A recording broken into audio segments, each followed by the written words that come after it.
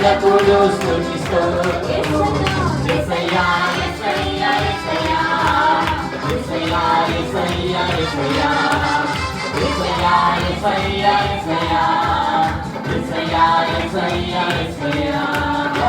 శూన్యము నుండి సమస్తము కలుగచేసెను